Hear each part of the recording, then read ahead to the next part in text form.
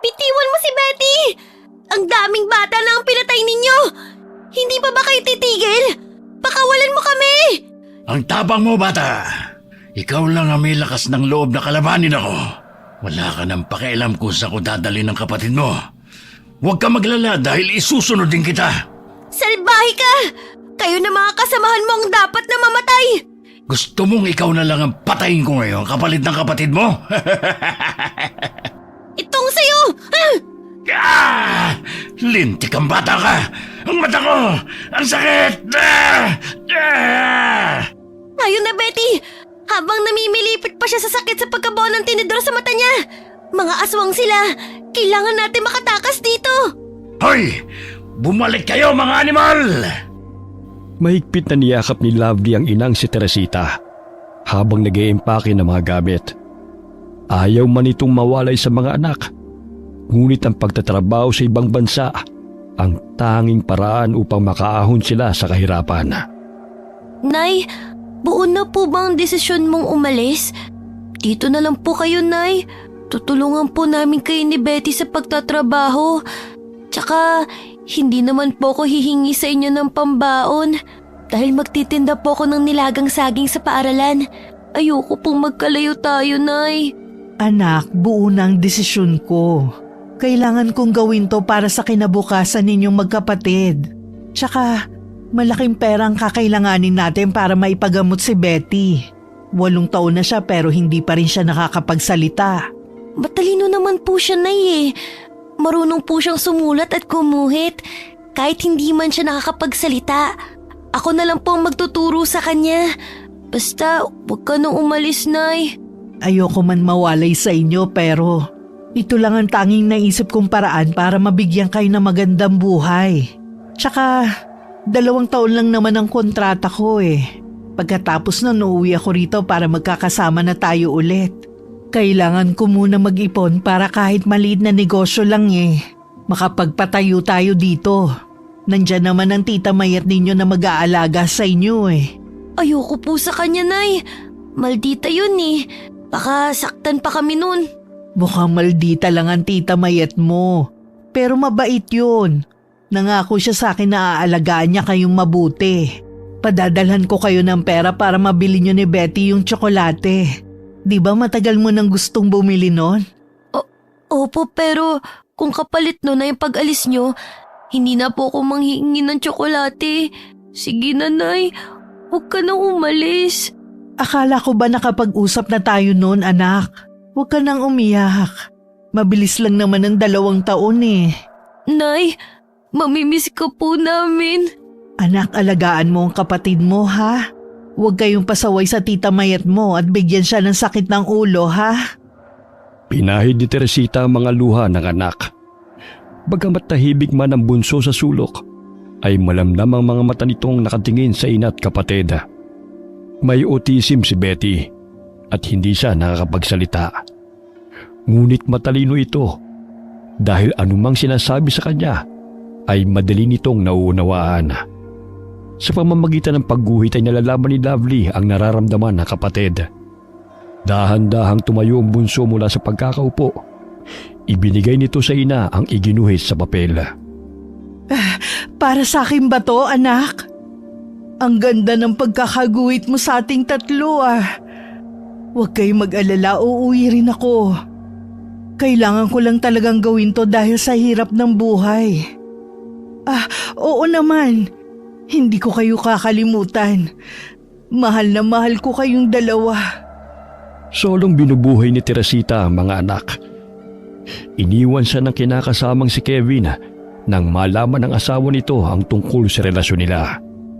Halos gumuho ang mundo ni Teresita nang sugurin siya ng asawa nito at nag-iskandalo pa sa bahay na kanilang tinutuluyan. Buong akala ni Teresita na binata si Kevin. Ayon na rin sa kwento nito sa kanya. Sa 5 taon nilang pagsasama ay hindi man lamang ito pinagdudahan ng lalaki. Mabait, responsable at masipag ito. Napag-alaman ni Teresita na isa palang OFW ang asawa ni Kevin. Pinahiya siya ng babae sa maraming tao at binuliwan. Simula ng araw na yun, ay hindi na nagpakitang muli ang lalaki dahil mas pinili nitong sumama sa tunay na asawa nito. Anak, nandyan na ang tricycle na susundo sa akin. Basta palagi kayong magdadasal ha. Mag-ingat kayo rito. Tsaka magpapakabait kayo ha. Alagaan mo si Betty, anak. Nanay, mahal na mahal ka namin. Mag-iingat ka dun ah. Huwag mo kaming kalimutan. Sige na, baka mahuli pa ako sa airport eh. Pinahid ni Teresita ang mga luha habang papalayo sa mga anak. Iniwan niya ang mga ito sa bahay ng pinsana. Wala nang nagawa sina Betty at Lovely, kundi ang tanggapin na lamang ang kanilang kapalaran. Hoy, tumahan na nga kayo sa kakaiyak dyan. Ayoko na makulit, tamad at pasaway ha. Bantayan mo ang kapatid mo, Lovely. Hindi kayo narito sa bahay para magbuhay prinsesa. Naiintindihan niyo ba ako? Opo, tita. Dalhin niyo na yung mga gamit niyo sa kwartong malapit sa kusina. Doon kayong dalawa. Tara na, Betty. Dalhin mo na yung bag mo. Tumango ang bunso bilang tugon sa kapatid. Hindi man to nagsasalita. Nakakaintindi naman ito. Taas kilay na tinatanaw ni Mayet ang dalawang bata na pumasok sa kanilang bahay. Ilang sandali dumating si Cesar na kinakasama ng babae. Kung hindi lang dahil sa pera, hindi ko talaga patutuloyin ang dalawang batang yan dito. Hindi ko pinangarap na mag-alaga ng anak ng ibang tao, no? Anak sila ng pinsan mo. Hindi na sila ibang tao sa'yo. Siguraduhin lang talaga ni Teresita na padadalhan niya ako ng pera. Dahil ayoko mag-alaga sa mga batang yan na ako pa ang gagastos. Nasaan na ba sila? Nandun sa kwarto malapit sa kusina. Tawagin mo na sila. May dala akong ulam dito para sabay na tayong kumain. Padabog na tinungo ni Mayet ang silid na magkapatid. Naabutan nitong umiiyak pa rin ang dalawa. Hindi na ba kayo titigil sa kaiiyak ha? Paubos man ng mga luha nyo, matagal pang babalikan nanay nyo. Lumabas na kayo at kumain. Opo, tita. Pagkatapos kumain, maglinis kayo ng bahay ha? May pupuntahan kasi ko eh. Halika na, Betty. Huwag ka nang malungkot. Uuwi rin si nanay. Puro na lang drama. Kakain ba kayo o hindi? Nandyan na po, tita. Wala pang anak sina Mayet at Cesar. 10 taon na silang nagsasama. Gusto na rin ng lalaki na magkaanak. Ngunit may sakit sa matres si Mayet. Dahilan na mahirapan itong magbuntis. Ginugol nito ang panahon sa pagsusugal kasama ang mga kaibigan. Dahilan na naging sanhi ng kanilang pag-aaway. Ngunit kahit matigas ang ulo ng babae, ay hindi pa rin ito nagagawang iwan ni Cesar. Dahil labis ang pagmamahal ito sa kinakasama. Nasaan na ba ang tita nyo? At ba't kayong naglalaba? May pupuntahan daw po, tito. Pero kaya naman po namin ni Betty na gawin to eh. Tsaka katatapos din naming magligpit ng mga kalat. May binili lang ako, nasalisya na kagad ako. Dito lang kayo ha, susundin ka na muna ang tiya nyo. Mamaya mawilit, maubos na naman ang binigay kong sahod. Pailing-iling ang lalaki habang tinatahak ang daan kung saan naroon ang kasintahan. Kahit hindi man ito magpaalam sa kanya, alam na nito ang destinasyon ni Mayet. O ano, panalo ka na ba? Hindi pa nga eh. Huwag mo nang hintayin pang maubos ang sahod na ibinigay ko sa'yo bago ka pa tumigil dyan. Sige na, umuwi ka na. Cesar! Oh, bakit parang nakakita ka ng multo? Ilang beses ko bang sasabi sa'yo na itigil mo na yung pagsusugal mo? Wala kang mapapala dyan. Mabuti sana kung nananalo ka eh. Palagi ka namang talo. Tsaka imbis na mag-aksaya ka ng oras sa pagsusugal, tulungan mo lang yung mga bata sa paglalaba. Paano ko saswertihin yan kung nag-iingay ka? Ano bang kinatatakot mo ha? Padadalhan na tayo ng limpak-limpak na salapi ni Teresita. Kaya wag mo akong pigilan sa gagawin ko. Isa pa, libangan ko to, no? Kaya pwede ba umalis ka na? Dahil sa inis, kinuha ni Cesar ang perang naroon sa mesa. Nandilat pa ang mga mata ni Mayet nang umalis ang lalaki dala ang pera niya. Hoy, Cesar! Ibalik mo ang pera ko! Walang yaka! Magsugal ka hanggang gusto mo. Bahala ka. Humahangos na sinundan ng babae ang nobyo. Halos magwala ito sa daan dahil ayaw ibalik ni Cesar ang pera. Nagpapagod ako sa kakatrabaho tapos sa pagsusugal mo lang nilulustay ang pera? Nangako ka sa akin na titigil ka na sa bisyo mong yan, di ba? Unang ginawa mo ba? Nasa abroad na si Teresita. Kung magpapadala siya ng pera sa mga bata, ako ang hahawak nun. Kaya kahit hindi ka na magtrabaho, mabubuhay pa rin tayo, no? Hoy Mayet, akala mo pinapalang pera sa ibang bansa ha? Hindi ganun kadali ang kumita. Palibasan di mo naranasan na magbanat ng buto. Sinusumbatan mo na ako ngayon, ha? Bakit? Ano bang pinagmamalaki mo? Maswerte ka pa nga dahil kahit ganyan ang itsura mo, pinatulan pa kita. Baka nakakalimutan mo yung pinangako mo sa akin. Na itatrato mo akong prinsesa kapag sinagot kita. Kaya wala kang karapatang magreklamong damuho ka. Akin na nga yung pera ko. Nandidilat ang mga mata ng babae dahil sa galit. Wala nang nagawa si Cesar kundi sundan na lamang ng tingin si Mayet habang padabog na bumalik sa sugalan. Kung alam ko lang na ganito ang ugali mo, sana hindi na kita niligawan. Hindi ko rin kayang iwanan ka, Mayet.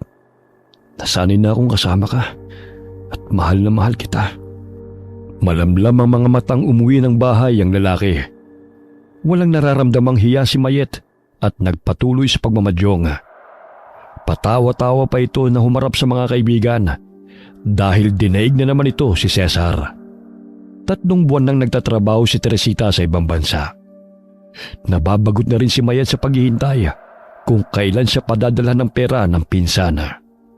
Buisit na Teresita yun. Kailan kaya niya ako balak padalhan ng pera? Pinapalamon ko ang mga anak niya tapos kakalimutan lang ako. Napahinto siya sa pag-iisip nang tumunog ang kanyang cellphone.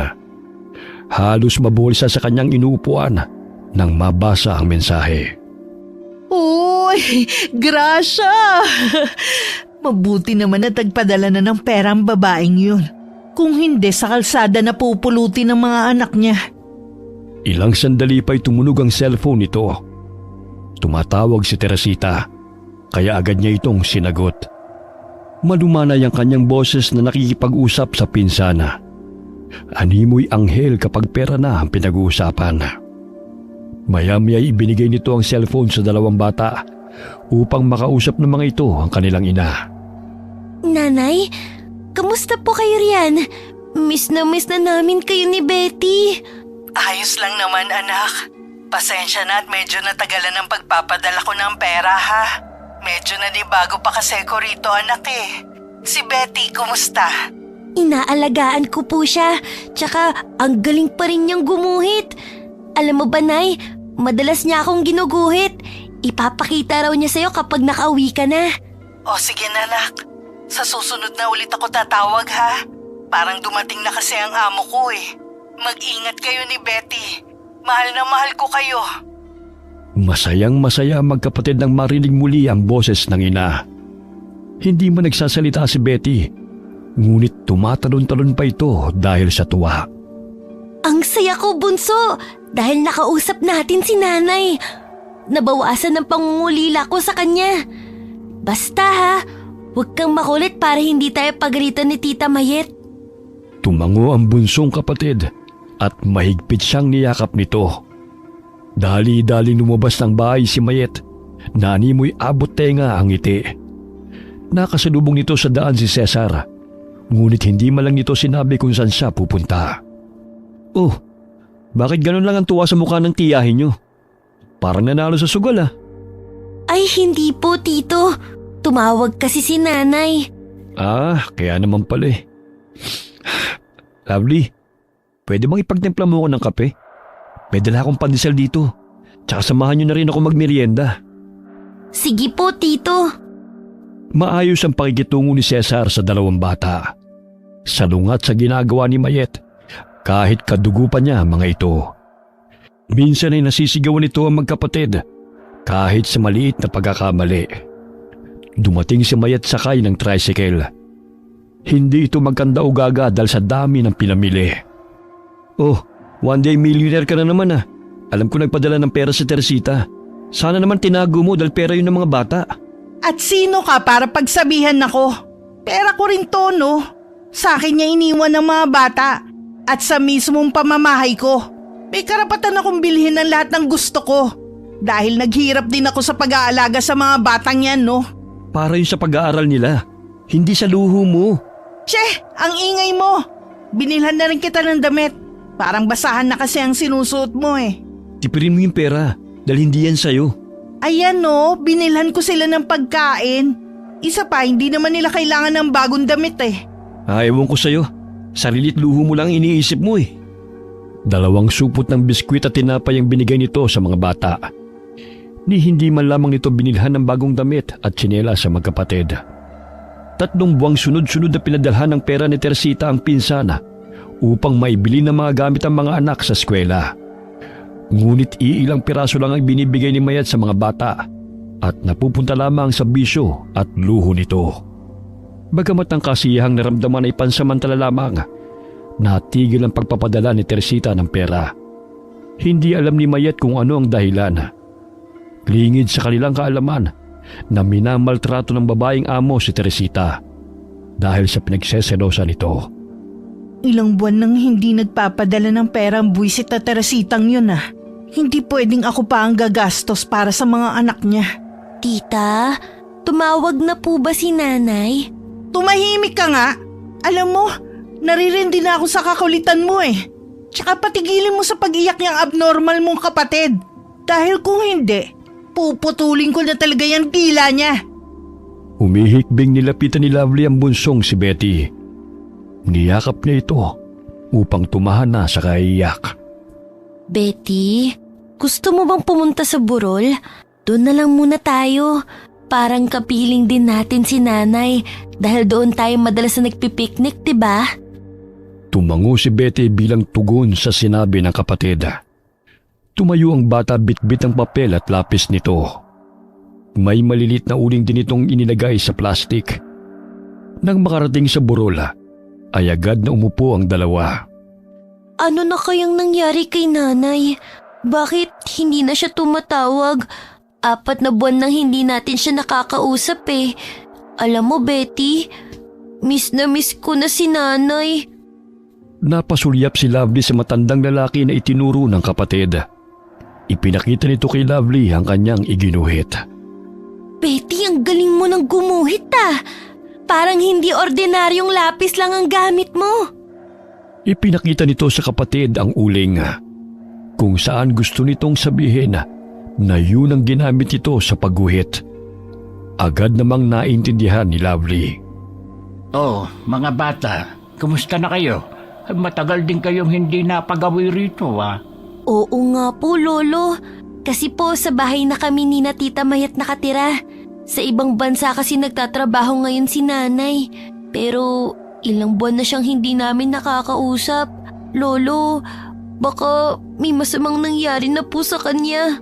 Naku anak, ipagdasal na lang natin na sana'y hindi yun mangyari. Natatakot lang po kasi ako, Lolo. Wala na nga po kaming kinagis ng ama. Tapos malayo pa si nanay. Alam mo, Ining, mabigat din sa kalooban ng iyong ina na iwanan kayo. Kaso nga lang, dahil sa hirap ng buhay, ay nagawa niya ang bagay na yon. Kumusta na ba itong si Betty? Nakakapagsalita na ba? Hindi pa po, Lolo. Yun din ang rason kung bakit gusto makapag-ipon ni nanay. Dahil gusto niyang ipagamot si Betty. Hindi man nakakapagsalita si Betty, magaling naman siya sa ibang bagay. Naku, ang galing nga niyang gumuhit oh. Parang ako to ah. Gamit pa niya ang uling. Bahagyang tumingala si Betty kay Lolo Danny. Iginuhit nito ang isang matandang lalaki na may bitbit na basket. Nakasuot ng sombrero at tanging nakayapak. Napakamalikhain ni Betty, Ining. Huwag mo siyang pabayaan dahil kailangan niya ang tulong mo. Sa kondisyon ng kapatid mo'y kailangan niya ng atensyon. Ilayo mo siya sa mga taong mapanakit dahil mabilis siyang natututo. Baka kapag napadala siyang karahasan at puro negatibo ang naririnig niya sa paligid, ay susundin niya yon. Kaya gabayan mo siya at palaging kausapin. Opo, Lolo. Ay, siya nga pala. May dala akong dalandan dito, ibinigay ni Roqueta. Nagpagamot kasi ang manugang niyang buntis. Lolo, nanghuhula din po ba kayo? Bukod sa pagiging albularyo? Bakit mo naman naitanong yan? Gusto ko kasing malaman kung ano nang nangyari kay nanay eh. Nanggagamot lang ako, anak. Hindi ako manghuhula. ipagdasal na lang natin ang kaligtasan ng nanay ninyo upang gabayan siya ng Panginoon. Sana ligtas si nanay. Sana walang masamang nangyari sa kanya. Sa pamamagitan ng pagguhit, doon inilalabas ni Betty ang gusto nitong sabihin. Namangha si Lolo Danny dahil sa kakaibang talento ng bata. Sinamahan ng matandang manggagamot ang magkapatid sa burol. Ramdam nito ang lungkot ng dalawang bata. Ngunit kahit papano'y ngumingiti na ang dalawa habang kinakausap niya ang mga ito. Samantala, malayo pa lamang ay nakapamewag na si Mayet. Nakataas pa ang isang kilay nito na sinalubong ng tingin ng magkapatid habang papauwi. Saan kayo nang galing? Kanina ko pa kayo hinahanap ah. Pumunta lang po kami sa burol, tita. Aba, may panahon pa kayong mamasyal. Samantalang walang tubig sa banyo. Sige, magigib kayong dalawa. Ang tatamad nyo. Uunahin pa talaga ang lakwatsa. Kinutusan ni Mayet sina Lovely at Betty. Hindi nito napansin ang matandang lalaki na nakasunod sa mga pamangkin. Huwag mo namang saktan ng dalawang bata. Hindi ganyan ang tamang pakikipag-usap sa kanila. Mababait ang mga yan. Kaya alam kong mapagsasabihan naman sila, Ining. Hoy, tanda! Huwag mo nga akong turuan sa pagdidisiplina sa dalawang palamunin na to. Wala kang pakialam. At sino ka naman para turuan ako sa gagawin ko, Aber? Kaibigan nila ako. Kausapin mo ng mahinahon ng mga bata. Huwag mo namang bulyawan sa maraming tao. Hoy, Lolo! Hindi ko kailangan ng pangaral mo. Alam mo bang naging pabigat na ang dalawang batang yan sa buhay ko, ha? Hindi na sila sinusustentuhan ng kanilang ina. Kaya ako na nagpapalamon sa kanila. Alam nga namang magbuhay prinsesa ang mga yan. Sige na, umalis ka na nga. Nabubuisit ako sa pagmumukha mo eh. Hinay-hinay ka sa mga salitang pinapakawalan mo. Dahil maari mong ikapahamak yan. She! Ang dami mo pang kinukuda. Pakailamero kang matanda ka. Inirapan pa ni Mayet si Lolo Danny bago nito tinalikuran. Malalim na buntong hininga na lamang ang ginawa ng matanda dahil sa kabastusan ng babaeng kanyang kausap. Umuwi na rin ito matapos na ihatid ang dalawang bata. Hoy, Lovely! Ano pang tinitingin-tingin mo riyan? Bilisan mo na ang kilos, magigib na kayo. Mabuisit na mga bata, pabigat. Mainit na naman yung ulo mo. Bakit na naman ba? Ang tatamad kasi ng mga batang yan eh. Kung saan-saan pa naglakwatsa, wala ng tubig sa banyo. May tubig ba sa galon? Nandun lang naman sa labas ng bahay ah. Ako pa talaga ang pagbubuhatin mo, ha? Ay nako, paano lang kung wala ako at mga bata rito? E hindi ka na maliligo? Konting bagay lang iuutos mo pa. Banatin mo rin yung mga ugat mo. Hindi yung puro sugal at pagpapaganda lang ang inaatupag mo. Hindi nagrereklamo ang magkapatid kahit nabulyawan man sila ng tiyahin. Ibang-iba na ang trato ni Mayet sa kanila. Simula nang maputol ang pagpapadala ng pera ni Teresita. Nadestino si Cesar sa Pampanga. Foreman ang kanyang trabaho. Kaya't minsan na lamang ito umuwi sa bahay na tinutuluyan nila ni Mayet. Ayaw namang sumama ng babae sa kanya kung saan siya nakadestino. Hoy! Gumising na kayo dyan! 7:00 na ng umaga, hindi pa kayo nakakapagluto ng almusal. Wala na rin mga kahoy na panggatong. Kaya maghanap kayo, mga buiset. Betty, gumising ka na. Teka, nilalagnat ka. Tita Mayet, may lagnat po si Betty. Ano naman ang pakialam ko sa kanya? Wala akong perang pampagamot dyan sa kapatid mo. Bahala kayo sa buhay nyo. Dali-daling bumangon si Lovely upang sundin ang ipinag-uutos ng tiyahin. Nang maluto na ang pagkain, ay hindi man lamang sila inilok nito upang kumain. Anong tinitingin-tingin mo riyan? Tita, pwede po bang makahingi ng pagkain? Kahit na konti lang para po kay Betty. Maghintay kayo kung kailan ako matatapos dito. Para malaman mo, Lovely, hindi na nagpapadala ng pera ang nanay nyo. Hindi ko obligasyon na palamunin kayong dalawa. Naiintindihan mo ba ako, ha? Opo, tita. Matapos kumain ng tiyahin, ay dali-daling tinungo ng dalagita ang kaldero. Tanging tutong na kanin ang natira. Kaya't nilagyan na lamang niya yun ng tubig at konting asin upang ipakain sa kapatid. Ayan, Betty. Pinagpawisan ka na. Maya-maya gagaling ka na rin. Damihan mo lang pag-inom ng tubig, ha? Isinama ni Lovely ang kapatid sa gubat kahit nilalagnat pa ito. Hindi nito iniwan si Betty dahil walang magbabantay sa bahay. Batid niyang uutusan pa rin ito ng malditang tiyahin kahit masama ang pakiramdam nito. Oh, mga bata, kumusta na kayo? Magandang araw po, Lolo Danny. May gamot po ba kayo para sa lagnat? Nilalagnat kasi si Betty. Ay, ang taas nga ng lagnat niya. Bakit mo pa siya isinama rito sa gubat, Ining? Wala po kasing magbabantay sa kanya eh. Isa pa, kung iiwan ko siya sa bahay, natitiyak kong uutusan lang din siya ni tita at sasaktan pag hindi siya sumunod. Hindi pa rin ba nagbabago ang trato ng tiyahin niyo sa inyo? Sinasaktan pa rin ba kayo? Palagi na po siyang galit, Lolo. Tsaka, pinahinto na niya kami sa pag-aaral. Gastos lang daw po yun eh. Libre naman sa pampublikong paaralan na. Ang sabi niya, kailangan na po namin magtrabaho ni Betty. Kaya tinadala po niya kami sa bahay ng kanyang mga kakilala para maglinis at maglaba. Kinakaya ko po, Lolo, para hindi mahirapan si Betty. Tsaka sabi ni tita, para daw may pakinabang naman kami sa pagpapatira niya sa amin. Uy, siya, iwan mo na muna ang mga panggatong mo sa tabi ng puno ng mangga. Wala namang kukuha niyan eh. Kinarga ni Lolo Danny si Betty sa kanyang likod. Nararamdaman pa ng matanda ang init ng katawan ng bata. Ayan, narito na tayo sa kubo.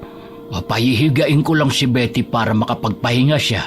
No, sige, magpapakulo lang ako ng halamang gamot na ipaiinom sa kanya. Pakipunasan na rin ang katawan niya ng bimpong basa, Ineng, para bumaba ang lagnat niya. Opo, Lolo. Maraming salamat po sa tulong niyo. Dumito na lang muna kayo hanggang sa gumaling na yung kapatid mo. Delikado kung tumirik pa ang mga mata niyan. Nagdikdik ng dahon ng oregano si Lolo at itinapal yun sa noo ni Betty.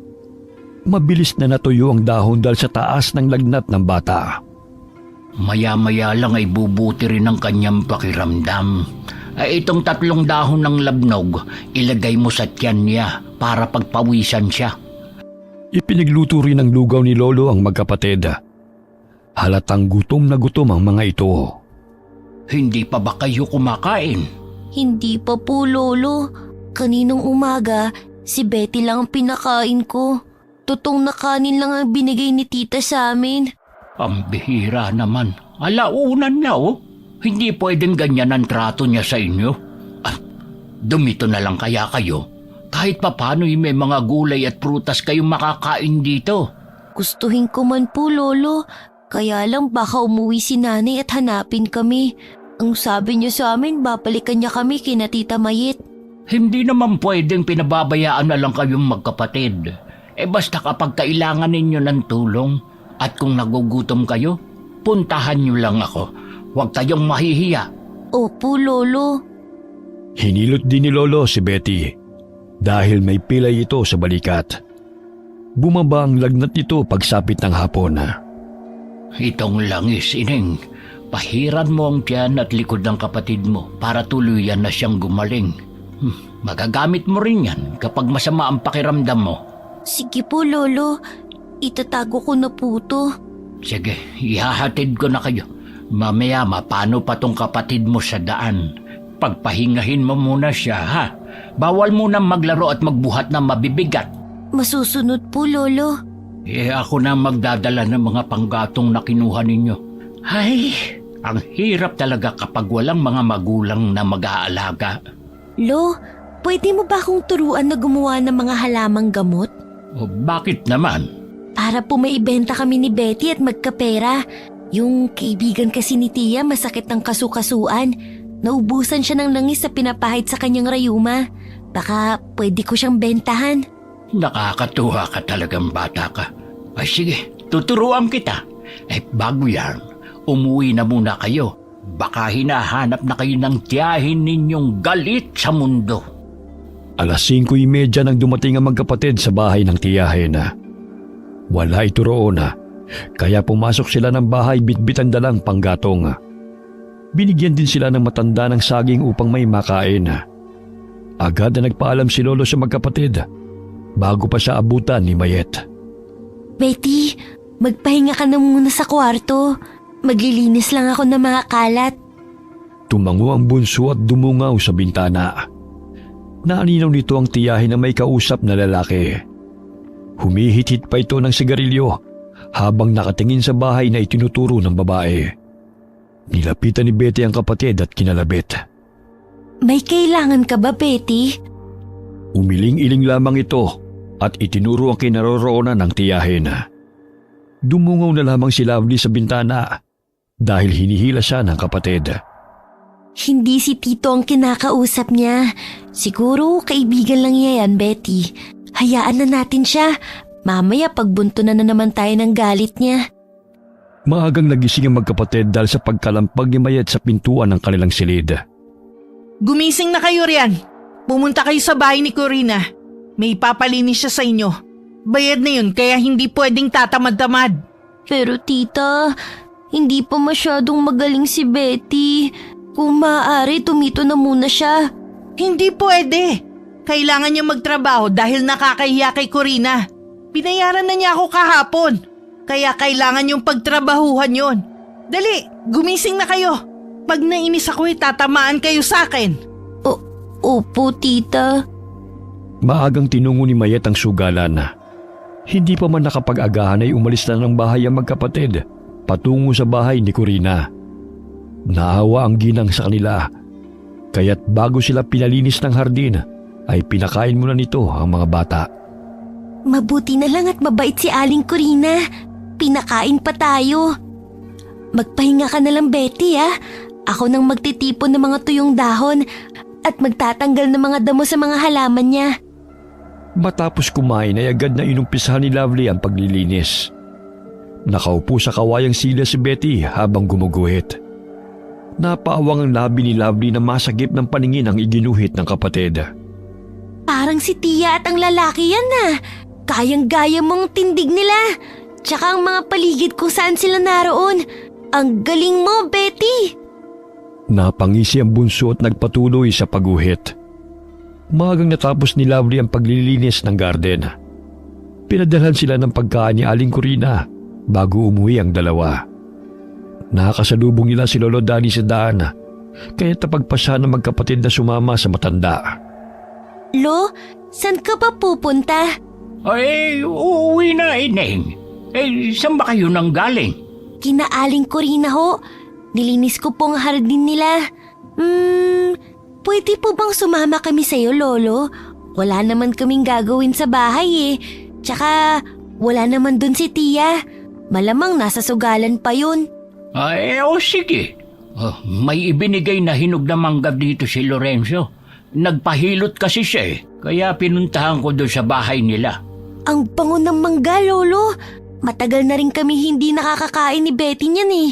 May tinapay po kaming dala rito. Ibinigay ni Aling Corina. Kainin po natin ito mamaya. Sa pamamagitan ni Lolo Danny, naibsa ng pangungulila ng magkapatid sa kanilang ina. Ngunit hindi pa rin sila nawawalan ng pag-asa na makakapiling din nila si Teresita. Malakas na tumawa si Betty nang matanawang dalawang manok na nagsasalpukan. Abay, naging masayahin na si Betty ah. Opo, Lolo. Alam niyo ba, madalas kanyang hinahanap. Talaga? Ay paano mo naman nasabi yun? Sa pamamagitan ng pagguhit, ang dami nga niyang ginuhit. Nakaupo kayo, nakatayo, nagluluto at ang pinakamaganda, yung dalawa kayo habang ginagamot niyo siya. Sa pamamagitan ng kanyang imahinasyon, nagagawa niya po yun. Tignan niyo po to, Lolo. Pinilhan ko siya ng drawing book nung nakaraang araw. Ay, ang galing nga niya. Itong isang babae at lalaki, hindi naman ako to ah. Si Tita Mayet at ang lalaking kausap nun kagabi. Lahat na lang talaga na makikita ni Betty, kinuguhit niya. Pati mukha, kuhang-kuhan niya.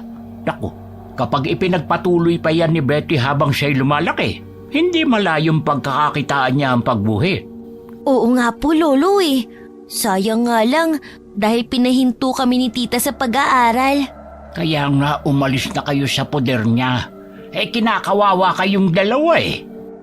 Natahimik si Lovely nang sabihin yun ni Lolo Danny. Gustuhin man niyang umalis sa bahay ng tiyahin, ngunit hindi niya magawa dahil doon nila hinihintay ang pagbabalik ng kanilang ina. Naging interesado si Betty sa mga halamang gamot at mga langis na nakasalid sa bote. Hindi man ito nagsasalita, ngunit alam ni Lolo kung ano ang gusto nitong ipahiwatig. Kaya't isa-isang sinabi sa kanya ni Lolo ang mga gamit noon at kung ano ang makukuhang benepisyo.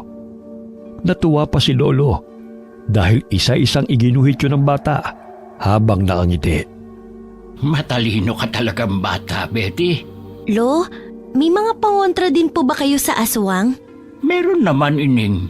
Bakit mo naman naitanong? Nakakatakot po kasi ang kabilugan ng buwan. Kapag po ganun, ang sabi ng kaklase ko, lumalabas daw mga aswang.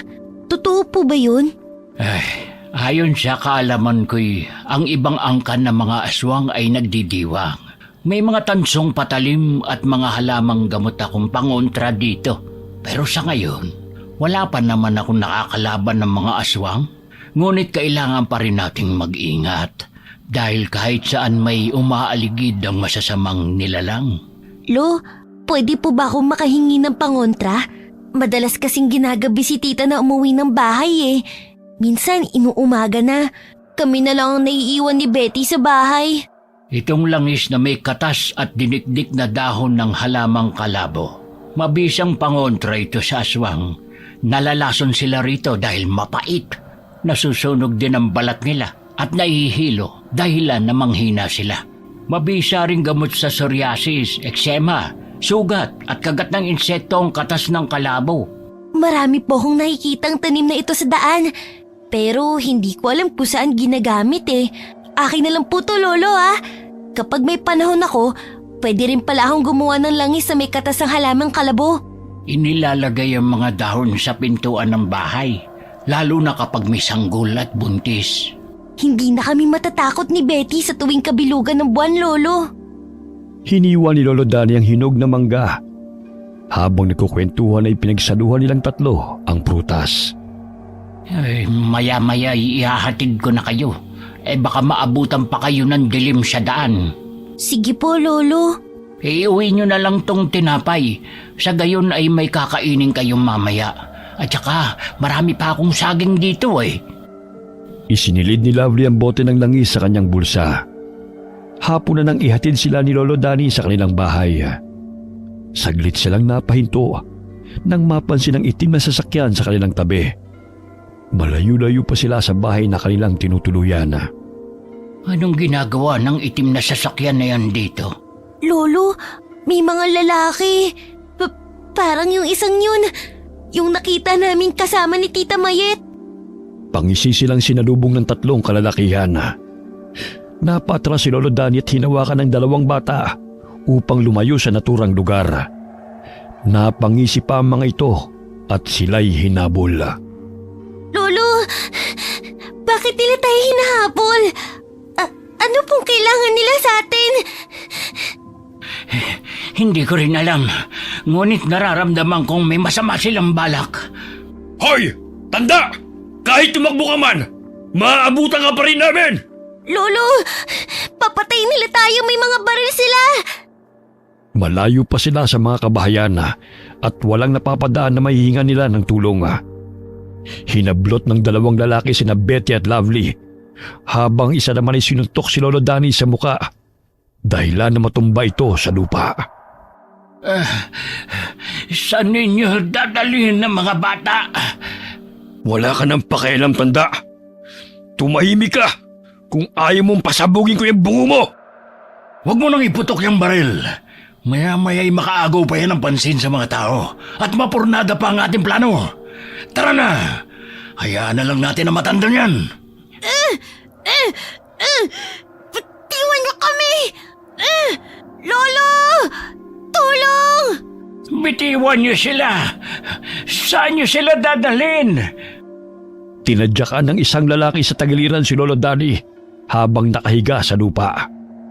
Gusto man itong tulungan ng mga bata, ngunit hindi nito magawa dahil sa sakit ng pambubugbog sa kanya. Dahil sa pagpupumiglas, nabitiwan ni Betty ang drawing book at nahulog sa lupa. Pinasok sila ng mga kalalakihan sa loob ng itim na van at pinaharurot ang sasakyan. Iniwan nilang namimilipit sa sakit ang matanda. Saan niyo kami dadalhin? Pakawalan mo kami! Tumahimik ka! Bayad na kayo! Kaya hindi na kayo makakatakas pa! Bayad? Bakit? Huwag ka nang marami pang tanong. Itiko mo na lang yung bibig mo. Kung ayaw mong gilitan kita na leeg, tularan mo na lang tong kapatid mo na tahimik. Umaagos sa mga luha sa pisngi ng magkapatid.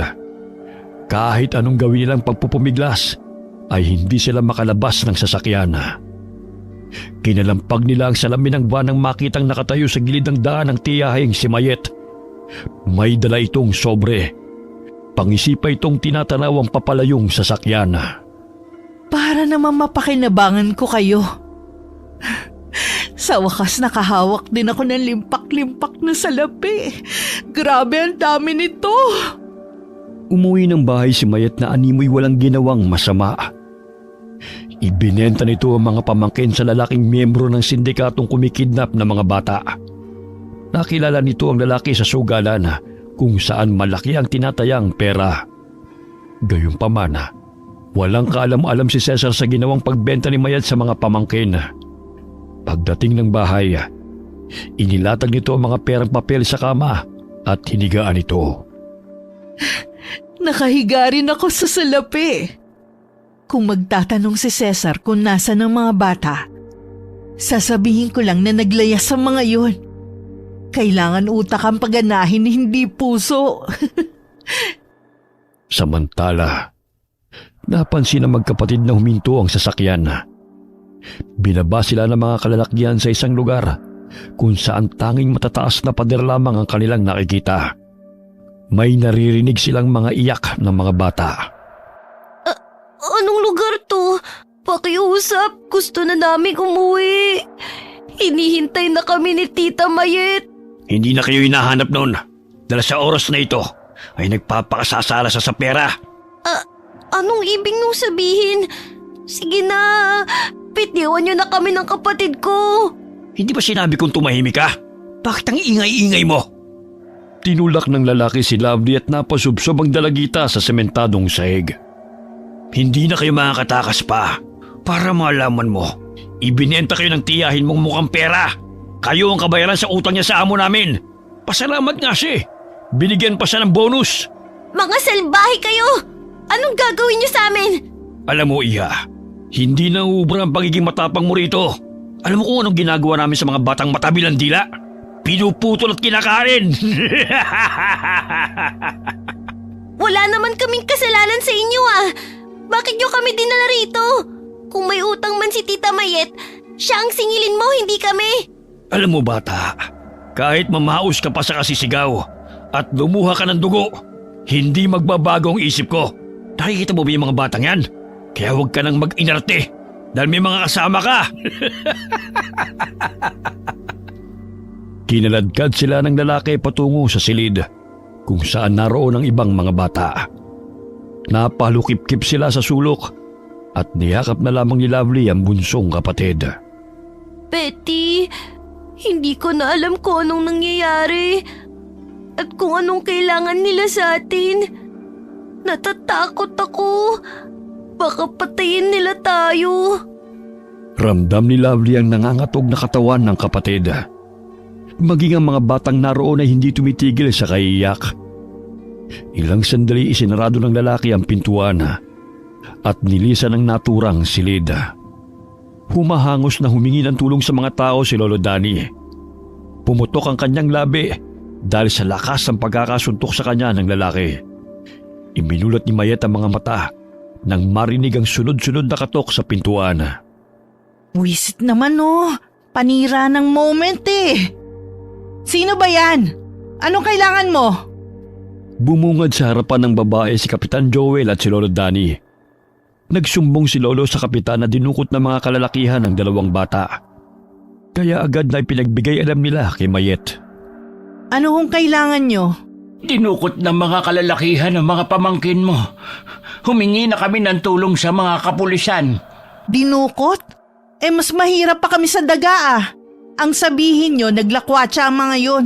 Dinukot ang mga pamangkin mo. Bakit ba wala ka man lang pakialam sa kanila? Kung dinukot nga sila, baka kasabot mo ang mga taong yun. Di ba ikaw ang kasama nila paminsan-minsan? Tsaka nakita kita nun na hinatid mo pa nga sila dito sa bahay. Hay naku, Lolo. Huwag mo kong paikutin sa drama mo, ha? Bastos kang bata ka. Kung kasabwat ko mga yon, bakit pa ako hihingi ng tulong sa mga tao? Palibhasa'y wala kang puso. Wala kang kwentang giyahin. Hoy, Lolo. Dahan-dahan ka sa pananalita mo, ha? Hindi mo alam kung anong sakripisyo ko sa mga batang yon. Sa kabila na hindi sila sinusustentohan ng kanilang ina, tinanggap ko sila rito sa pamamahay ko. Kaya wala kang karapatan na kwestiyonin ang pakikitungo ko sa kanila. Kung wala na kayong sasabihing mabuti, umalis na lang kayo. Alis na! Sinarado ni Mayet ang pintuan at muling pumasok ng silid.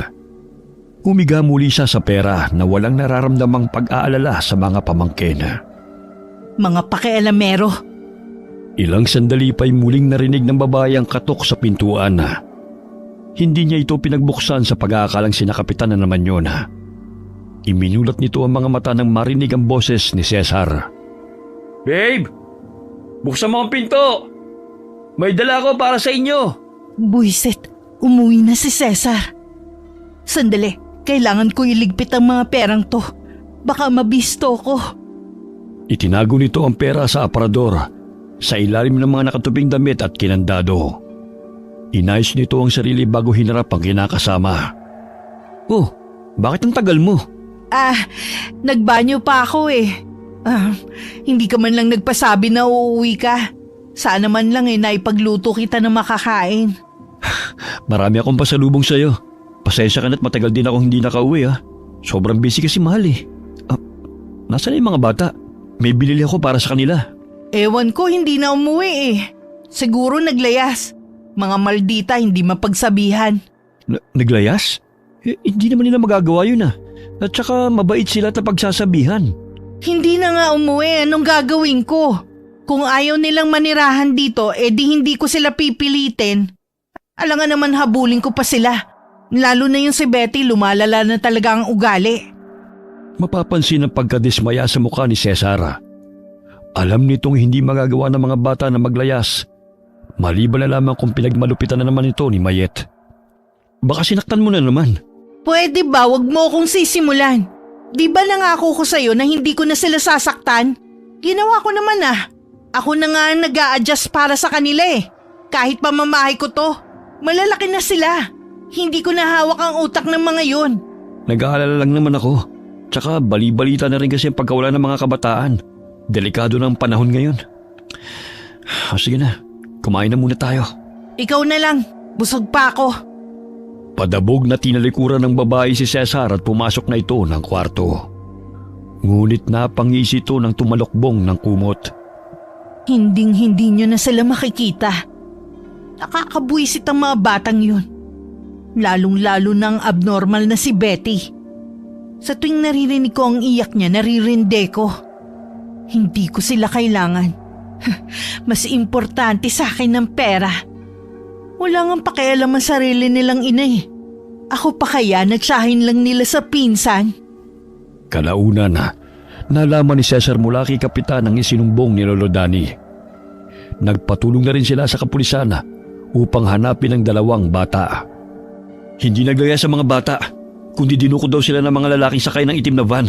Wala ka man lang ginawa para hanapin ang mga pamangkin mo? Anong gusto mong gawin ko? Umiyak ng buong araw at parang baliw na maghahanap kung saan? Hoy Cesar, hindi ko sila anak. Nakikituloy lang sila rito sa pamamahay ko. Kaya wala akong obligasyon na bantayan sila oras-oras. Yung matandang lalaki ang tanungin nyo. Dahil siya ang madalas na kasama ng mga bata. Oh, ayun siya oh. Baka kasabot nga siya eh. Pinuntahan ni Cesar si Lolo Dani upang kausapin at tanungin tungkol sa nangyari. Tignan mo itong ginuhit ni Betty. Pinakita nila ito sa akin bago sila dinukot. Malakas ang kutob ko na ang lalaking ito ay may kinalaman sa pagkawala ng mga bata. Totoo ba, Lolo? Sinabi ko na sa kapulisan ng tungkol dito. Mapapansin ang pagkayamot sa mukha ni Cesar nang napasulyap kay Mayet na nooy kumakain. Ni wala man lang itong pag-aalala sa mga pamangkin. Ilang sandali pa ay may 2 pulis na paparating at tinungo ang bahay ni Mayet. Dahil sa sumbong ni Lolo ay gusto rin kausapin ng mga pulis ang babae. Wala akong kinalaman sa pagkawala ng mga pamangkin ko, no? Bakit niyo ako huhulihin? Hindi ka nila huhulihin. Tatanungin ka lang nila. Ganun pa rin yun, dahil isasama nila ako sa presinto. Yang matandang lalaki na yan ang hulihin nyo. Dahil siya ang palaging kasama ng mga bata. Hindi ako, ano ba? Tignan mo ang iginuhit ng pamangkin mo. Ikaw ito, kuhang-kuha niya. Tsaka ang sabi pa ni Lovely, itong lalaki ay nakita nila, nakausap mo. Paano mo maipapaliwanag ito? At alam mo ba, Ineng, ang dumukot sa magkapatid at ang nambugbog sa akin ay balbasyarado rin, katulad ng lalaking nasa larawan. Wala akong kinalaman dyan, kaya tantanan niyo ako. Hindi ka naman ikukulong kagad ng mga pulis kung wala kang kinalaman. Gusto lang nilang linawin. Sasamahan kita. Hindi kita pababayaan. Labag man sa loob ni Mayet na sumama sa presinto upang imbestigahan ay wala na siyang nagawa. Nagsinungaling siya at sinabing nagtanong lang ang lalaki kung saan ang daan papuntang San Miguel dahil doon patungo ang mga ito. Tagaktak ang malamig na pawis ni Mayet habang kinakausap siya ng mga pulis. Samantala, 2 batang malulusog ang hinila ng 2 lalaki. Saan niyo sila dadalhin? Anong gagawin niyo sa kanila? Tumahimik ka! Ang ingay mo! Manong, pakawalan mo na kami. Pangako, hindi po kami magsusumbong. Hoy bata! Hindi mo kami madadaan sa pagmamakaawa mong yan. Hindi na kami tinatabla ng awa dahil mas iniisip namin ang pera at laman ng sikmura. Sinampal ng lalaki si Lovely at itinulak. Dahilan para tumama ito sa pader. Nasugatan ang ulo ng dalagita. Kaya't dali-dali niyang kinuhang bote ng langis sa kanyang bulsa at pinahira ng sugat. Pasinghot-singhot ang lalaki nang maamoy ang aroma na nanggaling sa langis na may sangkap ng halamang kalabo. Anong amoy yun? Saan yun nanggagaling? Bakit nakakahilo? Nahihilo siya sa amoy ng langis. Hindi kaya mga aswang sila katulad ng sinabi ni Lolo? Kailangan ko tong ingatan dahil ito ang magiging sandata namin upang makatakas. Pero ang dami nila at ang tataas ng pader. Hindi kami basta-basta makakalabas dito. Aray, sumasakit na ang ulo ko. Hindi ko makayanan ng amoy. Buwisit ang mga batang to ang babantot. Kailangan nilang maligo para malinis sila kung kakainin. Lumabas ng silid ang lalaki.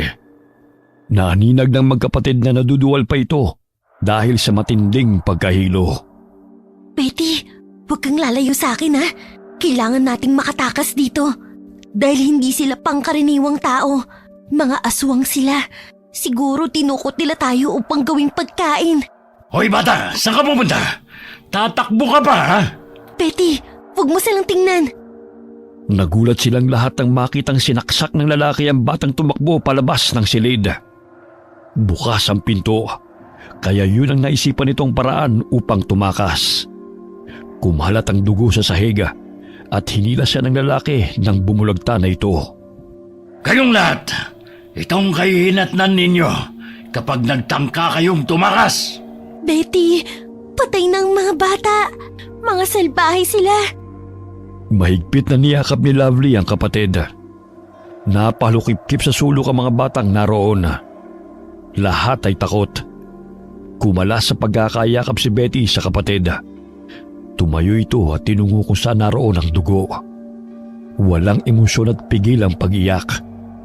Nagsimula siyang gumuhit sa dingding gamit ang dugong kumalat sa sahig. Betty, halika rito. Baka bumalik ang mga salbaheng lalaki. Iginuhit ni Betty ang malaking bilog na animoy 1 buwan. Sa gitna nito ay may mga paniking lumilipad. Sa bandang ilalim ay mga maliliit na bata habang may 2 mataas na lalaki sa tabi ng mga ito na may hawak na patalim. Sa pamamagitan ng pagguhit sa pader gamit ang dugo, ipinaliwanag nito kung ano ang sitwasyon nila. Umupo ka na rito. Alam kong gusto mong sabihin, Mga aswang sila na gusto tayong paslangin lahat. Kabilugan ng buwan. Ayon sa sinabi ni Lolo na maaaring nagdidiwang sila. At tayo ang kanilang magiging pagkain. Tumango si Betty at muling niyakap ang kapatid. Lingid sa kanilang kaalaman na may mga matang nakakita sa ginawa ni Betty. May kamera sa loob ng silid ng mga batang bihag. Kakaibang bata ang isang yun. Hindi siya pangkaraniwang bata. Bumukas ang pintuan at pumasok sa silid ng pinuno ang tauhan nito. Boss, handa na po ang inyong pagkain at inumin. Dalhin niyo sa akin ang batang ito. Kakaiba siyang bata. Wari ko'y swerte siya sa ating angkan. Tignan mo ang ginawa niya. Yang iginuhit niya sa pader. Hindi pangkaraniwan ang kanyang talento. Maaari tayong makalikom ng malaking salapi sa pamamagitan niya. Sa yung batang hindi nagsasalita, pinuno. Sabihan mo ang iyong mga kasamahan na huwag siyang paslangin. Dalhin niyo siya sa akin. Maganda rin kayo para sa gaganaping pagdiriwang mamaya. Masusunod po. Patuloy na nanonood sa screen ang lalaki. Nakonektado sa kamerang inilagay nila sa silid kung saan naroon ang mga bata. Nilagyan nila ng CCTV ang silid upang masiguro nila na walang makakatakas na mga bihag. Muling nagsiksika ng mga bata nang mapansin na bumukas ang pintuan. Sinong gumuhit sa dingding gamit ang dugo? Huwag kang tumayo, Betty. Baka saktan ka niya. Ikaw bata na nakasuot ng kulay dilaw. Halika rito. Manong, pakiusap, huwag mong saktan ang kapatid ko. Sinabi nang lumapit ka eh. May tatanong lang ako. Huwag niyo pong patayin ang kapatid ko. Huwag mo siyang ilayo sa akin. Tumahimik ka. Hindi ka ang kailangan ko, kundi ang batang to. Nanginginig na umiiyak si Lovely dahil sa takot na saktan ng lalaki ang kapatid. Bagamat kinakausap lamang ito ng lalaki at tumatango-tango. Gusto mo bang umalis na rito, bata? Betty, huwag kang sumama sa kanya. Papatayin ka niya katulad ng ginawa niya sa isang bata. Hindi ikaw kinakausap ko, kaya tumahimik ka! Nilapitan nito si Lovely at mahigpit na pinisil ang pisngi. Itinulak pa niya ang dalagita, dahilan para mapasubsob ito sa sahig. Samantala, hinila nito si Betty palabas ng silid at dinala sa kanilang pinuno. Walang susi ang bawat pintuan at tanging pinipindot na numero lamang sa gilid upang bumukas yun. Sa tuwing ginagawa yun ng lalaki, ay tinitignan siya ni Betty. Ikaw pala ang batang magaling gumuhit. Alam mo bang ang husay mo? O ito, kumain ka muna ng pasta. Alam kong nagugutom ka na eh. Walang emosyon na kumain si Betty at tila walang pakialam sa mga lalaking nag-uusap. Matapos kumain ay itinago nito ang tinidor sa bulsa. Sino ang batang kasama niya kanina? Kapatid po niya, boss. Bakit hindi nagsasalita ang batang ito? Pipi ba siya? Pero nakakarinig naman. Hindi ko rin alam, boss. Mula nang dali namin dito, hindi na nagsasalita. Di bale, magiging asset natin siya. Swerte ang talentong meron siya. Ayon na rin sa sinasaad sa libro ng ating angkan. Maghahanda po kami ng mga batang kakatayin mamaya para sa ika-50 anibersaryo ng ating angkan. Marami-rami po kaming nadukot ng mga bata. Natitiyak ko magiging masayang anibersaryong gaganapin. Kayo na ang bahala. Dito na muna ang batang ito.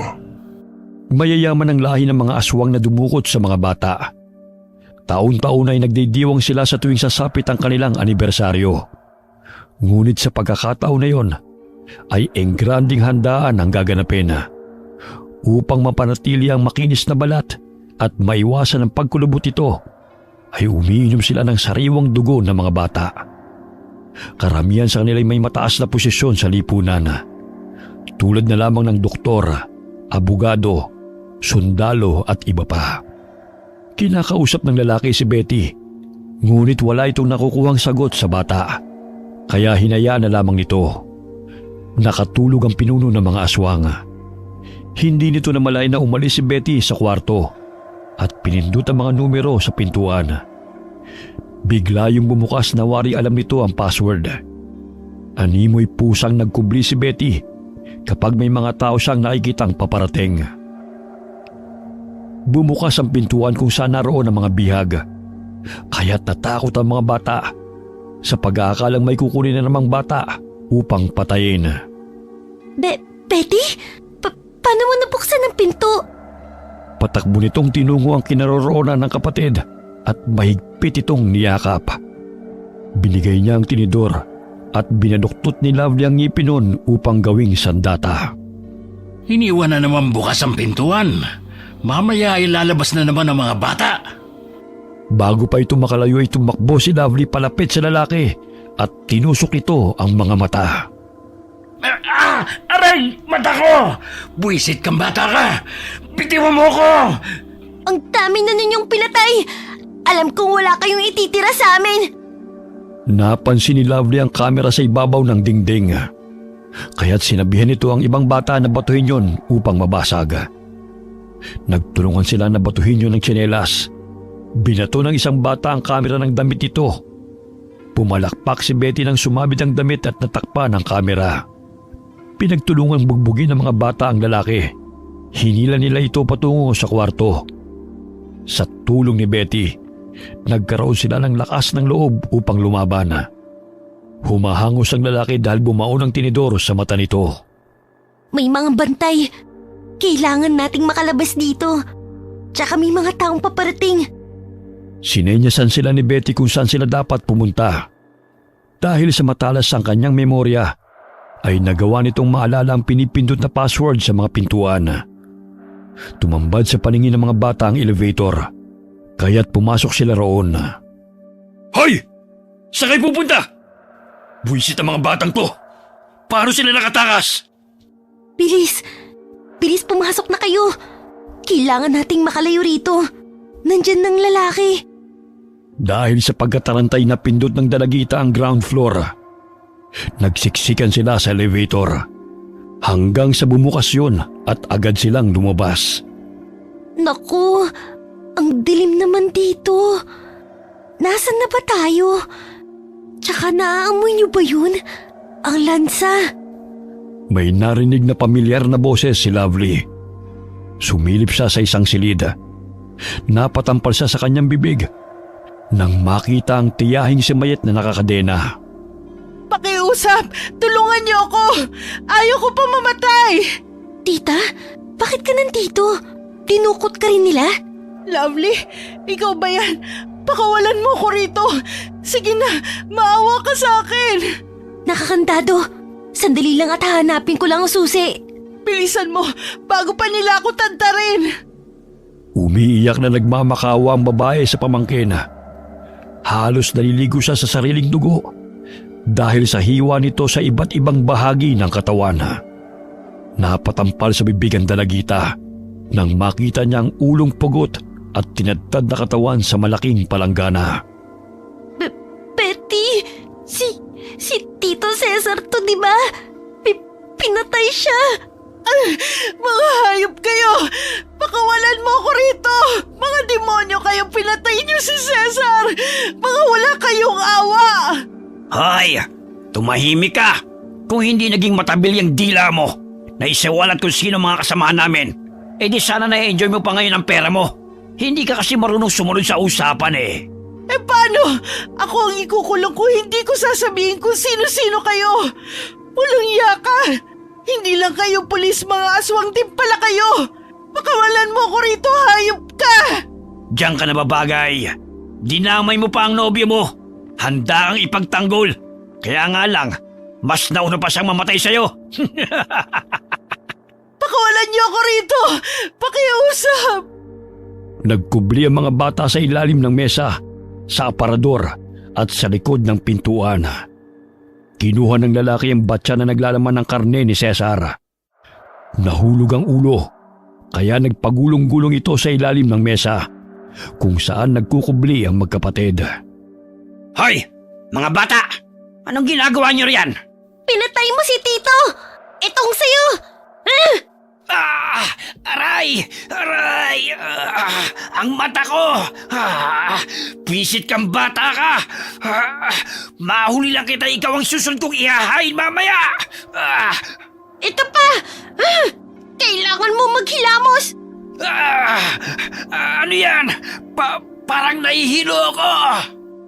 Parang lasing na lumalakad ang lalaki at nalapnos sa mukha nito.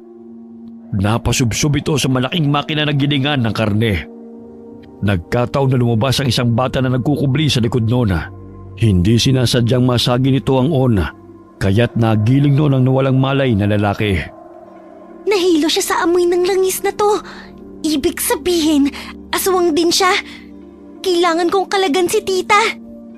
Habang umaandar ang makina, ay patuloy ring naging giniling ang karne ng lalaki. Napahinto lamang yun ang muling nasagi ng isang bata ang buton.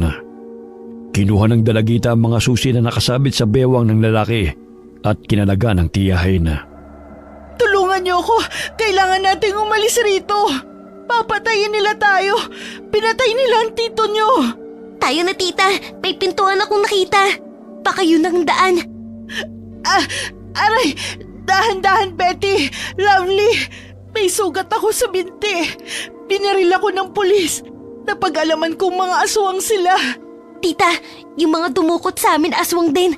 Magkakasabwat ba sila? Oo! Nandito lang pala kayo. Pinahirapan niyo pa ako maghanap. Bakit niyo tinutulungan ng traidor na babaeng yan? Siya ang dahilan kung bakit kayo narito. Binenta niya kayo sa amin dahil walang silbi na kayo magkapatid. Tapos ngayon itatakas niyo pa siya?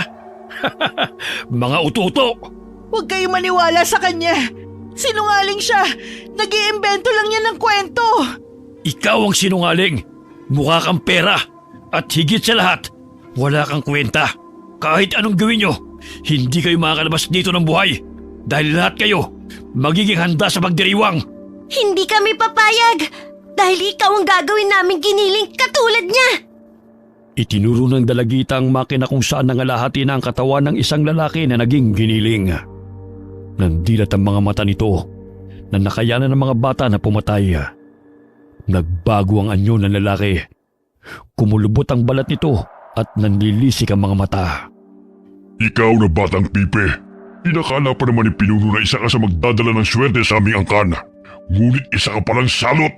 Huwag mong pagsalitaan ng ganyan ng kapatid ko. Dahil hindi siya salot katulad niyo. Kayo ang salbahe. Kaya kayo ang dapat na mamatay. Ikaw na bata ka. Kahit kailan palabang ka talaga. Pero ngayon, sisiguraduhin kong patatahimikin na kita. Sige, lumapit ka. Kung gusto mong isaboy ko sa'yo ang langis na to. Bakit? Mapapaslan mo ba ako gamit niyan? Gamitin mo na lang yan na panghilo sa nananakit mong mga kalamnan. Dahil babaliin ko yung mga buto mo. Lovely! Lumalapit na siya! Umatras sila sa lumalapit na aswang. May nadampot na kutsilyo si Betty, kaya inihagis niya ito sa aswang. Nadaplisan ito sa balikat, kaya't nadagdagan ang galit nito. Ikaw na batang hindi marunong magsalita. Napakapili mo rin ha? Pwes, hindi iira ng kakulitan niyo kung isa-isa na kayo magiging bangkay. Nasaan ang mga susi? Ito po, tita. Kinuha ni Mayet ang mga susi sa pamangkin at gumapang ito papunta sa pinto sa bandang likuran. Naiwan sa harapan ng aswang ang mga bata na naoy nagsisiksikan. Yung mga palad niyo akin na. Kailangan natin magpahid ng langis sa katawan natin para hindi nila tayo malapitan. Mga aswang sila. Kaya makakatulong tong langis na may halaman ng kalabo bilang pangontra sa kanila. Anong mabantot na amoy na yan? Bakit naamoy ko na naman? Ang bunganga mo mabantot! Kaya nasusuka ka! Ikaw siguro nagmamayari ng amoy na yan, oh? Ha? Ha? Ang baho! Nakakasunga! Tita, nabuksan niyo na ba? Ang daming susi! Hindi ko alam kung saan ang susi ng pintong to! Lumundag ang aswang sa harapan ng mga bata. Ngunit napatras ito na masinghot ng malapitan ng mga bata. Buisit! Hindi ko makayanan ang amoy.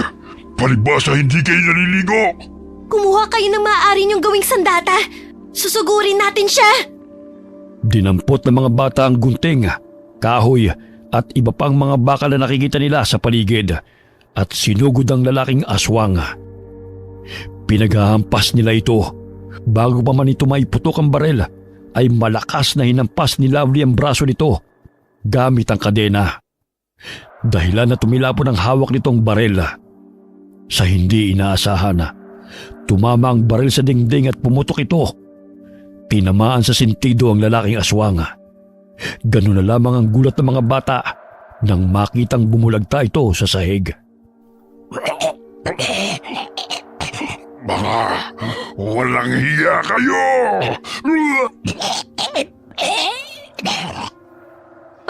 Patay siya! Oo! Patay na siya! Yay! Makakatakas na tayo! Ay sa wakas, nabuksan ko rin ang pinto. Tita! Makakatakas na tayo! Saan na tayo pupunta ngayon?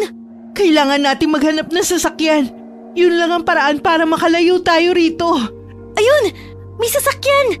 May mga tao, mga nakaayos at nakasuot ng disenteng damit. Pero sa likod ng kanilang kasuotan, mga demonyo nagaan yung tao. Magtago tayo ron sa mga halaman. Aligagana ang mga tauhan ng pinunong aswang habang hinahanap ang mga batang bihag na nakatakas. Buisit! Natakasan pa tayo ng mga ordinaryong bata. Tingnan mo nga ang itsura mo. Paano ka naisahan ng mga batang yun? Ang tagal mo ng trabaho ito. Lalampa-lampa ka pa rin. Ano na ipapakain natin sa mga kasosyo at mga bisita ko? Naisahan tayo na magkapatid na yun eh. Lalo na ang batang hindi nagsasalita. Hindi ko sukat akalain na mabilis niya mahuhulaan ng password ng mga pintuan. Ang sabihin ninyo, tatanga-tanga kayo. Naging kampante na lang kayo. Muntik pa tayong mabisto dahil sa babaeng nakatransaksyon ninyo. Mga palpak! Hala, hanapin niyo mga bata. Dahil kung wala kayong ihaharap sa akin, kayo ang papatayin ko. Opo, boss. Umaga ang mga mata nito. Ang isa'y hindi na makakita dahil sa lalim ng sugat. Ngayon lang to nangyari. Ang tapang ng mga batang bihag. Mabubulilyaso pa ang anibersaryo dahil sa mga buwisit na yun. Paika-ikang tinungo ni Mayet ang sasakyan. Napangisi ito nang bumukas ang pintuan. Nandito pa ang susi. Sa wakas makakatakas na ako sa mga demonyong yun. Bilisan niyo! May nahanap ng sasakyan si tita! Makakatakas na rin tayo! Hindi ko na palalampasin ang pagkakataong to. Hindi ko na sila mahihintay. Tita! Tita! Hintayin niyo po kami! Tita! Pinarurot ni Mayet ang sasakyan at iniwan ng mga bata. Napapangisi pa ito habang nilingon ng mga batang humahabol sa kanya. Pasensya na kayong mga bata. Kailangan ko lang gawin to para mailigtas ko ang sarili ko. Kumusta ka? Hindi pa rin talaga nagbabago ang ugali mo? Traidor ka pa rin! Akalain mo, iniwan mo mga bata para maisalba ang sarili mo? Pues, wala ka pa rin takas! Aswang! Bitiwan mo ako! Akala mo talaga malulusutan mo ang iyong mga kasalanan? Ang pagtraidor mo sa aming grupo? Para lang malusutan ang ginawa mong pagbenta sa mga pamangkin mo? Malaking pagkakamali ang kalabanin kami. Patawarin mo ko. Pakiusap, hayaan mo na ako umalis. Napakaamo mo naman kung humingi ng tawad. Traidor ka! Pagewang-gewang ang kotse habang tumatakbo. Sinakal ng pinunong aswang si Mayet. Tila lumuwa ang mga mata ng babae dahil sa bumao na matutulis na kuko ng aswang sa kanyang leeg. Ilang sandali sinakmal ng aswang ang kanyang pisngi, dahilan na malakas siyang pumalahaw. Napakasarap ng iyong dugo. Sumalpok ang kotse sa puno ng mabitiwan ni Mayet ang manibela. Malapit yun sa bangin. Bago bumaba ang pinunong aswang, ay hinalukoy nito ang laman loob ng babae at takam na kinain. Tinulak nito ang kotse sa bangin. Ilang minuto lang ay bigla itong sumabog at tinupok ng apoy. Yan ang nararapat sa mga traidor na kagaya mo. Kumaripas ng takbo ang pinunong aswang, pabalik ng gusaling pagdadausan ng anibersaryo. Malayo pa lamang ay nadidinig na nito ang mga atungal ng kanilang angkan. Kabilugan ng buwan, kaya sila'y nagsasaya. Kailangan kong hanapin ang batang yun dahil siya magdadala ng swerte sa aming angkan. Ayon na rin sa naitala sa libro. Kakaibang memorya ng batang yun, bukod tangi sa lahat ng mga kabataang bihag. Shh! Huwag kayong lalabas sa mga halaman. May aswang na paparating. May naaamoy akong mabantot. Bakit parang nahihilo ko? Anong klaseng amoy yun? Napahinto sa pasinghot-singhot ang pinuno ng aswang nang dumating ang mga tauhan nito. Oh, nahanap niyo na ba mga bata? Hindi pa, Pinuno. Ngunit sisikapin naming mahanap po sila. Dapat lang. Dahil hindi magiging matagumpay ang anibersaryo kung wala tayong maihahandang sariwang dugo at laman sa ating mga kasamahan. Huwag kayong titigil sa paghahanap sa mga bata. Tsaka hanapin niyo rin ang amoy na nakakahilo. Mamaya mapano pa ang ating mga bisita. Opo, Pinuno. Samantala, Siya yung nakita kong driver ng van. Kailangan nating makuha ang susi para makatakas tayo. tinuro ni Betty ang batang lalaking katabi. Kinausap ni Lovely ang binatilyo. Napag-alaman ng dalagita na marunong magmaneho ng sasakyan si Dennis dahil natuto ito sa tulong ng amang isang truck driver. Mabuti naman kung ganun. Kailangan natin siyang linlangin para makalapit siya sa atin. Tumakbo si Lovely upang makuha ang atensyon ng aswang. Kaya't hinabol siya nito. Diyan ka lang pala nagtatago, bata ka. Nasaan ang mga kasamahan mo? Habulin mo ako para malaman mo kung nasan sila. Kahit saan ka magpunta, hindi pa rin kayo makakatakas. Ikaw palang mabantot. Ang baho. Ano ba yan? Sobrang nakakahilong amoy mo. Ano ba yan? Ang sakit sa ilong. Lahat naman kami mabaho dahil hindi nyo kami hinahayaan na maglinis ng katawan eh. Mga salbahe kayo! Napalayo na ang aswang sa mga kasamahan nito. Sinabuyan siya ng dalagitan ng langis sa mukha. Anong klaseng likidong sinabi mo sa akin? Nasusunog ang mukha ko. Nahihirapan akong huminga. Lason.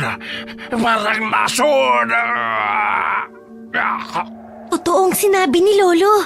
Gumagana nga sa mga aswang ang halamang kalabo. Hindi ako makahinga.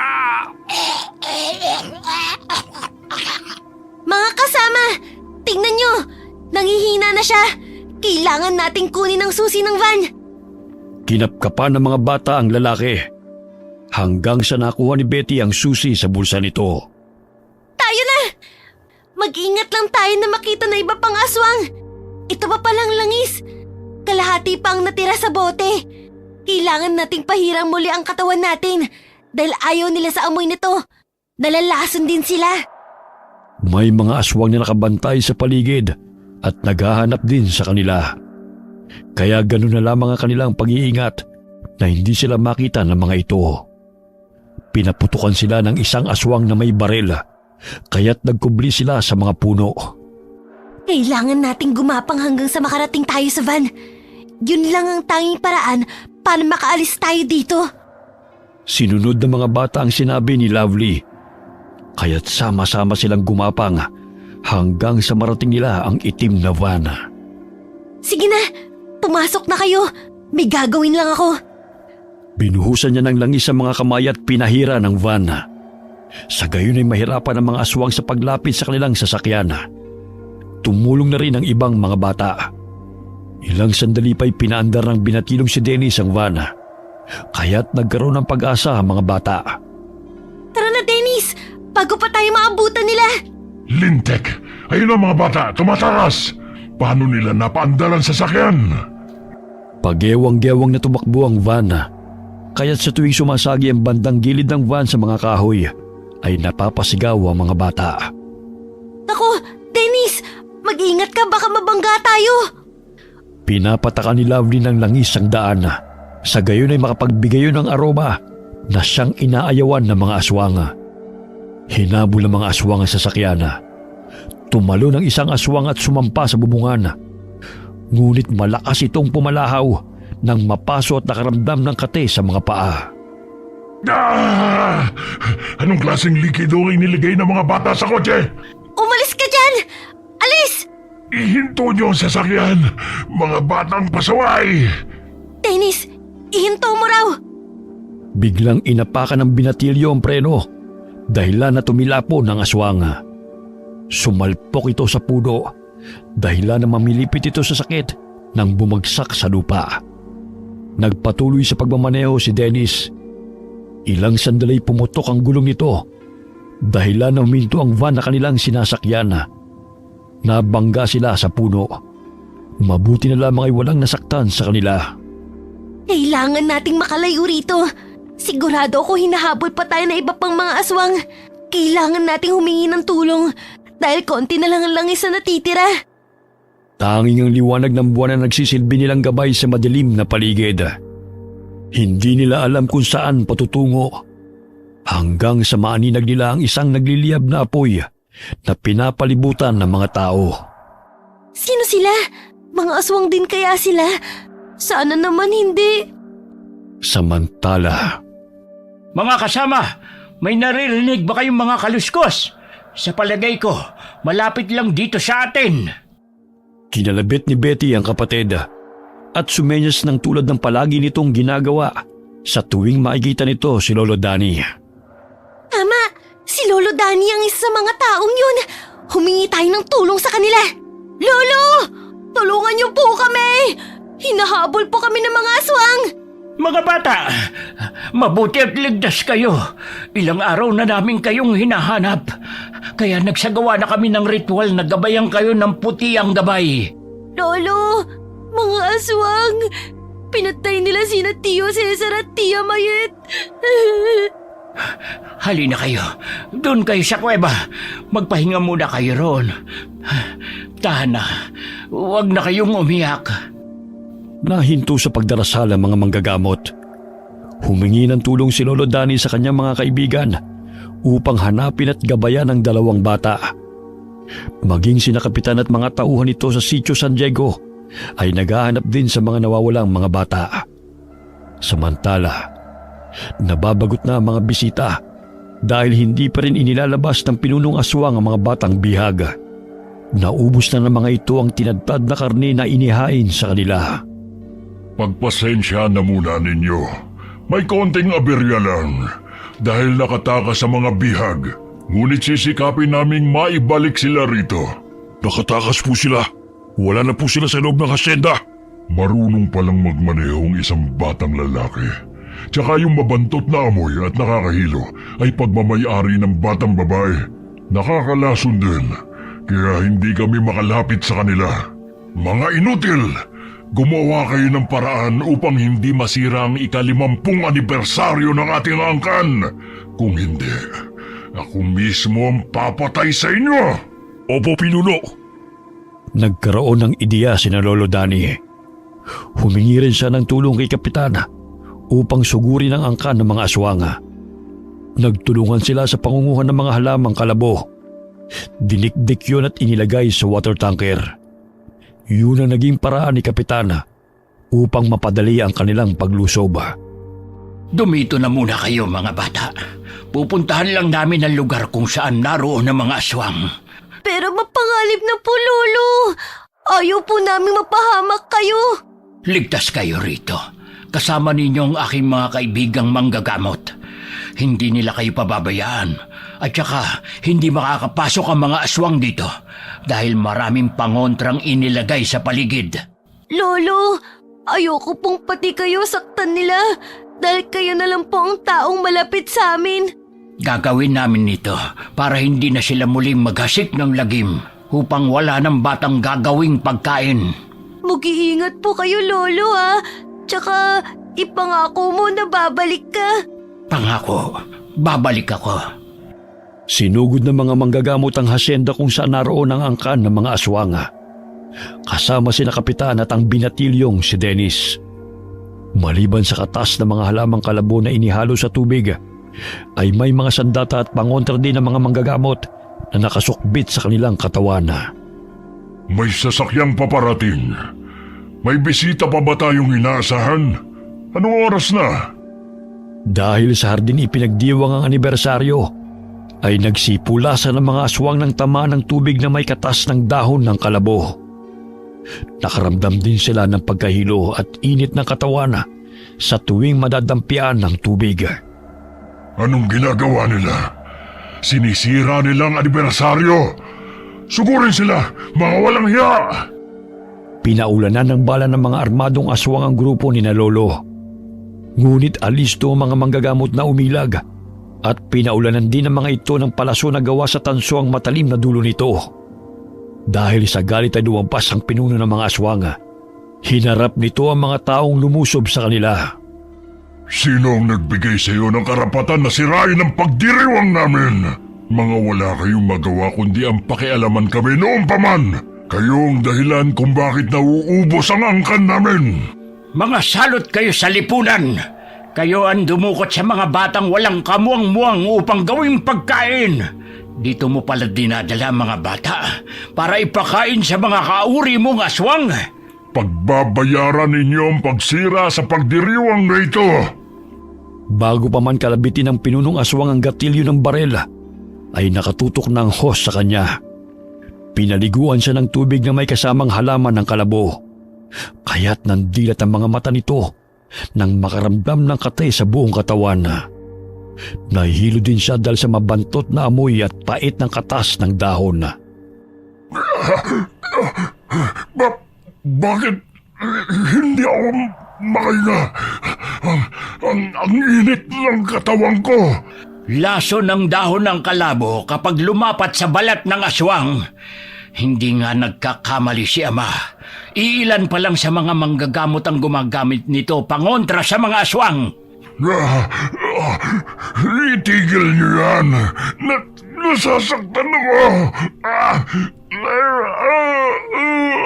Ang init. Ang sakit sa balat. Pakiusap. Itigil niyo yan. Maraming inosenteng bata ang pinatay ninyo. Munti ka na mga batang kaibigan ko. Labis ang takot na pinaranas nyo sa kanila. Kaya kailangan mo magdusa. Mga walang hiya kayo. Papatayin ko kayong Hindi pa man natatapos sa pagsasalita ang pinunong aswang, ay humandusay na ito sa lupa. Maging ang mga kasama nito hindi makayanan ng amoy at pait ng halamang kalabo. Natuyo ang kanilang balat na animoy na sunog. Ilang sandali pa'y dumating ang mga kapulisan. Doon nila nakumpirma na ang mayor sa mismong baryo ang siyang dumudukot sa mga bata at pumapatay. Naiwan sila kapitan at mga kapulisan sa pag-iimbestiga sa mismong lugar. Umuwi si Lolo at mga kasama nitong manggagamot na napagtagumpayan ang kanilang misyon. Lolo! Akala po namin hindi ka na babalik. Ang tagal niyo po kasi eh. Natakot po kami ni Betty. Ayaw po naming mapahamak ka. Pwede ba yun? Minsan na nila akong nasaktan. Hindi ko hahayaan na masanay sila. Kailangan nating lumaban. Nahuli na ba ang mga aswang, Lolo?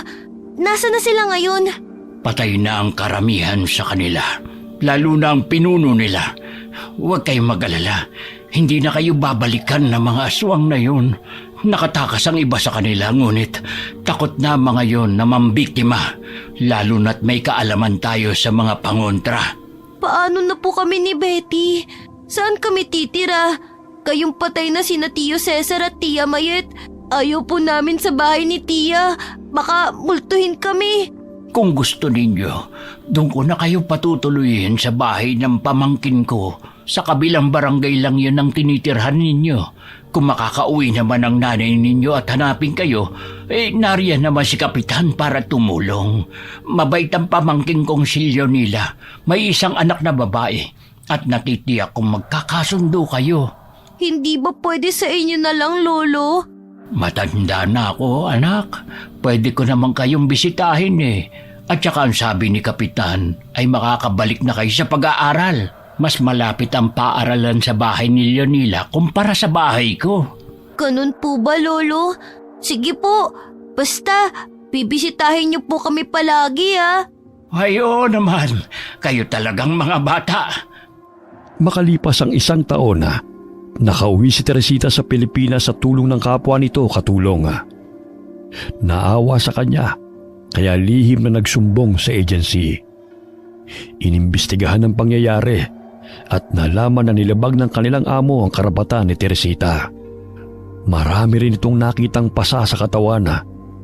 Pinagbayad ang employer sa pinsalang dinulot ito kay Teresita. Kaya't napagpasya nito na umuwi na lamang ng Pilipinas upang muling makasama ang mga anak. Sapat na rin ang kanyang pera upang makapagpatayo ng karinderya. Naging emosyonal ang pagtatagpo na mag-iina. Hindi rin makapaniwala si Teresita sa nangyaring pagkamatay ng pinsang si Mayet at ni Cesar. Naging aral kay Teresita na hindi lahat ng pumupunta sa ibang bansa ay nagiging matagumpay. Ganun na lamang ang takot nito nang ikwento ng kanyang mga anak ang tungkol sa karanasan ng mga ito sa kamay ng mga aswang. Okay, sana po nagustuhan nyo yung kwento natin. Shout out po tayo kay Catherine Fantinalgo, kay Ami Yong, Lucy Buendia, hi kay Michelle De Mariano na lagi po nakikinig sa atin sa Macau. Shout out po kay Cristal Raizan Diktahan Tano na nasa Pictoran, Suminot, Zamboanga del Sur, sa Diktahan family and Duhay Lungsod family at Tano family sa Tagulo, Tukuran, Zamboanga del Sur. Hi kay Sally Albino from Kawayan City, Isabela. Hi Nida Kiambao from Kuwait. Shout out sa mga solid listeners natin, ang Deloro family at Gonzaga family. Hi kay Jeneline Rodrigo from Cebu, Kalampanog Vlog. Hi kay Honey Austria from Tokyo. Shout out sa Gavara at Dahunan family. Hi po kay Rosita Ocampo from Kuwait. Hi kay Mel Pakaira. Kamusta ka, Mel? Jason Manalo, Imerlaba 1987. Hi kay Dina Dayparin or Dayparine. Hi kay Jocelyn Nazareno from Riyadh. Shout out sa Entico family, kay Chara Entico, lalo na kay Lily Saunders from Taisan, Legazpi City. Leriza Abdul from Oman Muscat. Shout out sa Mazo family at Credo family from San Jose del Monte, Bulacan. Hi po sa isa sa mga solid ingkong po natin, si Hazel Fiesta. Hi kay Linda Lugtu Pines from Calgary, Alberta, Canada. Hi kay Josefina Fuelas from Pasig City. Shout out sa Duhay Lungsod family, galing kay Yam Torres na nasa Kingdom of Saudi Arabia. Hi kay Narlene Micabalo from Malaysia. Inang Ausa from San Narciso, Quezon. Hi kina Brenda and Michael Grencio na lagi nakikinig sa atin sa UAE, Fujairah. Hi kay Mary Andahay from Saudi. Jodeline Zaiko Domingito from Hong Kong. Hi kay Riz Magante from Riyadh, Saudi Arabia. Hi kay Melanie I323M, Reginald Brascia, Larina Fuentes, Len TV2. Hi kay Evangeline Baldonado from Saudi Arabia. Hi kay Jonalyn Lopez from Kuwait. Genevieve Alera Jenny from Negros. And hi kay Henry Bailon. Okay, maraming salamat po sa inyong lahat. Basta lagi po nating tatandaan, sa lahat po ng pinagdadaanan natin sa buhay, maging masaya man o malungkot, mahirap man o madali, huwag po tayong makalimot na magdasal sa ating Panginoon. Hanggang sa muli po, God bless po sa inyong lahat. Bitiwan